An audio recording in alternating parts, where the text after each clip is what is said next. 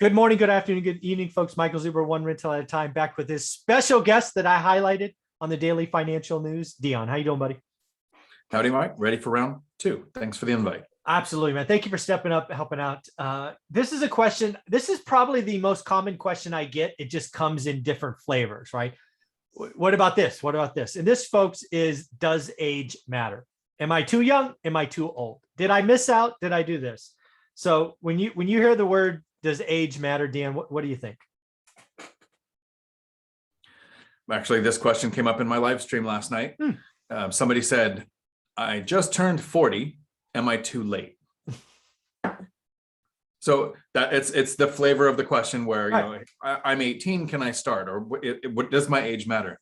And the answer is yes, but you're only going to get older. Yeah, exactly. So you don't have a time machine. You don't have a time machine, right? No Benjamin Button here. Exactly. So they say the best time to plant a tree 20 years ago, the second best time today. Mm-hmm. And the person who asked about 40, I made it to 40 without ever having $1,000 in the bank. I was in a ton of debt, was a single parent with 3 kids, not making a lot of money. And so I could have just kept on that same path. And now I would be 50 with a bunch of debt and not making a lot of money. So I started investing. Seriously, can you imagine your life? I mean, like, you didn't do this. Like, for example, you've talked about that first house you wanted to get rid of and you couldn't, which turned out to be your launch pad. Let's just assume somebody bought it and you never came back. Can you imagine what your life would be like today? Is that just frightening? It's depressing. And here's why. This is gonna sound probably. I try to be not warm and fuzzy, but I try not to be mean. This is gonna be the meanest thing I say all week, probably. The most depressing thing is thinking that my life would end up like the people's lives around me. Oh, yes. If they don't work, chasing the weekend, and they hate Friday or Mondays. They dread Mondays. They look forward to Fridays. I'm not quite to where every day is Saturday, but I don't know what day of the week it is. I'll do work on a Saturday or a Tuesday. It doesn't matter, because build a life you don't want to escape comes from making work optional. Yeah. So that you're not working a job you have to for the money. So yeah, if I was able to sell that house and never got investing in real estate, I would never invest in stocks. To me, that's a form of gambling, and it just doesn't excite me the way real estate does now. So I would be working towards no pension with so security, possibly at the end, if it's still there when we get there.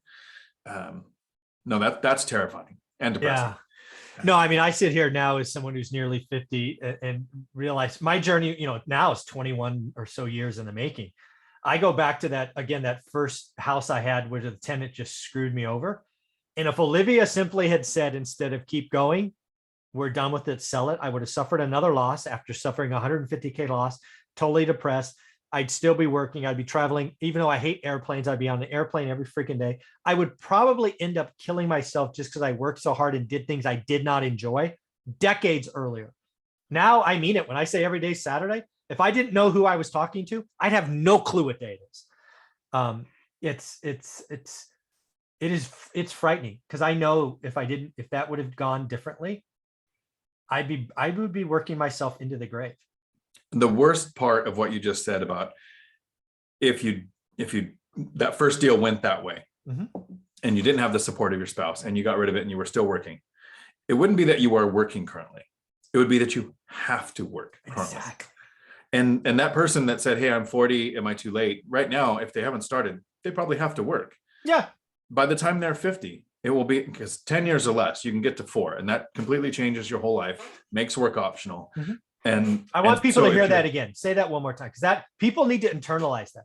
It doesn't, you could be 50, the same answer. If you got 10 years. Same after. Within 10 years, the average person can reach financial independence and make work optional just by buying a rental every couple of years. If you did it every 2 years, that's 5 and 10 years. Exactly. But 4 is life-changing. That's where I was at 4 properties when I was making more money than I was making as a police officer after everything. So my take home as a police officer was less than my take home with 4 properties. And I was in a small town, so it wasn't like I was making a ton as a cop there. And so if you're 18, if you're 40, if you're 60, delaying, the longer you wait. 10 years is 10 years. What I've told people, because I've asked this so many times, And I pretty much the same answer. The only person I say is if you've been given like if you went to the doctors and they said you had 3 years left to live, forget it. It's not 3 years is not 10. Just go enjoy the rest and do what you want. But other than that corner case, start doing. I had somebody start at 60. It doesn't matter. What do you want? You want your life to be better? Start at 60. You want to give 4 properties to your 4 kids? Great. Awesome goal. Get going. Get off your ass. Yeah. Well, that's the point to getting started. And the analogy I like is try turning the wheel of a car when it's parked. Yeah. But once the car is rolling, you can steer and direct it a lot easier. Get 1 or 2 properties, and then you start experiencing appreciation, principal pay down, rental income on your tax report, tax statements, so that your debt to income starts to be less important.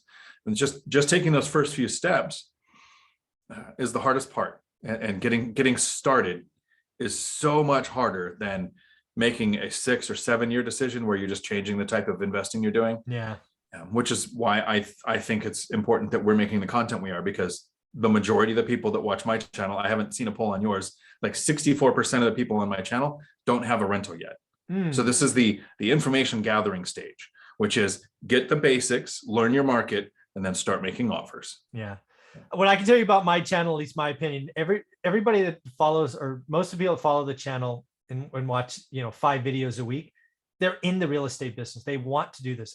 You don't come to my channel for entertainment, right? I don't edit videos, no walkout music, none of this stuff. I just talk to experts like yourself that are doing deals every week. We're in this business. So I think that's what makes my channel unique, and also probably means it doesn't grow as fast because I don't do entertaining things, I guess. So I don't know. Well, there's a lot of information exchange too. When you look at the Facebook group where even the experts that come on the show aren't the only people answering questions. There are people that just pipe up and say, yeah, I've got this many units and this type of investing strategy in your situation. Here's my answer. And you don't get that anywhere else. Yeah, it's amazing. Yeah. Yeah. The Facebook group is going to probably go down as probably one of the best things I created. And it was a happy accident. I created it as a repository for FAQs, and it has so far exceeded my expectations. So I'm glad we do it. So thank you for being a part of it. Nice. I look forward to the questions in there. Sometimes I look for questions. So anybody watching, questions in there become topics for the Three Amigos on Thursdays. You got it. And Dion, how can people find you?